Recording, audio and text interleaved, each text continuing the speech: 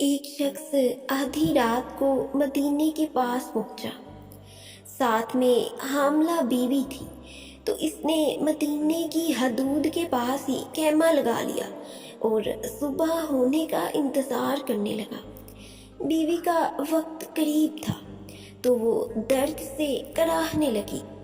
حضرت عمر فاروق رضی اللہ تعالیٰ عنہ اپنے روز کی گشت پر تھے اور ساتھ میں ایک غلام تھا۔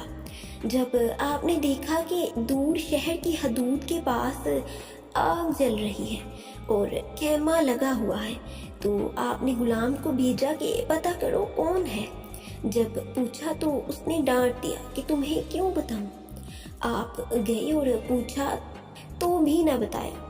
آپ نے کہا کہ اندر سے کراہنے کی آواز آ رہی ہے، کوئی درد سے چیخ رہا ہے، بتاؤ کہ کیا بات ہے۔ تو اس شخص نے بتایا کہ میں امیر المومنین حضرت عمر فاروق سے ملنے آیا ہوں، میں غریب ہوں، رات زیادہ ہے تو خیمہ لگایا ہے اور صبح ہونے کا انتظار کر رہا ہوں۔ بیوی امید سے ہے اور وقت قریب آن پہنچا ہے، تو آپ جلدی سے پلٹ کر جانے لگے کہ ٹھہرو میں آتا ہوں۔ آپ اپنے گھر گئے اور فوراً اپنی زوجہ سے مخاطب ہوئے، کہا کہ اگر تمہیں بہت بڑا اجر مل رہا ہو تو کیا تم لے لو گی؟ زوجہ نے کہا کیوں نہیں۔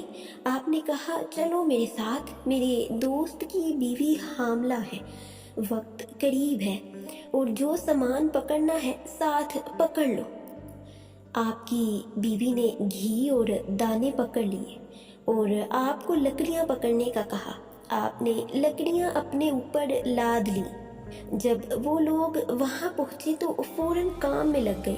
وہ شخص جو غریب تھا اور باہر سے آیا تھا ایسے حکم چلاتا جیسے آپ شہر کے کوئی چوکیدار یا غلام ہیں۔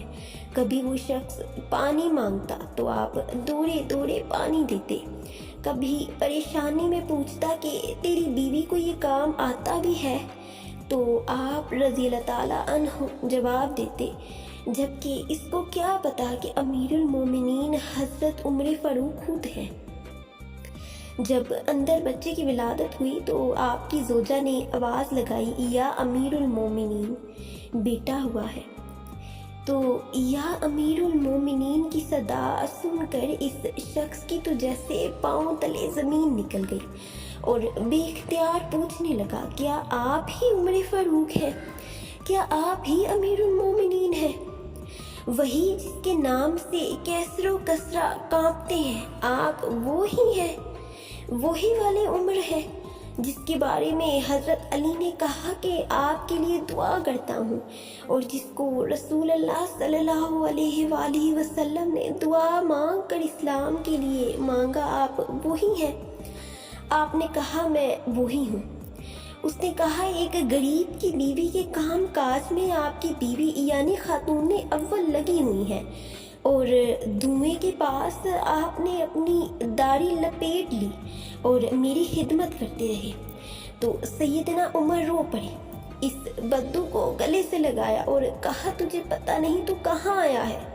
یہ مدینہ ہے، میرے آقا کا مدینہ ہے، یہاں غریب کو عزت ملتی ہے، یتیم اور مزدور سر اٹھا کر چلتے ہیں۔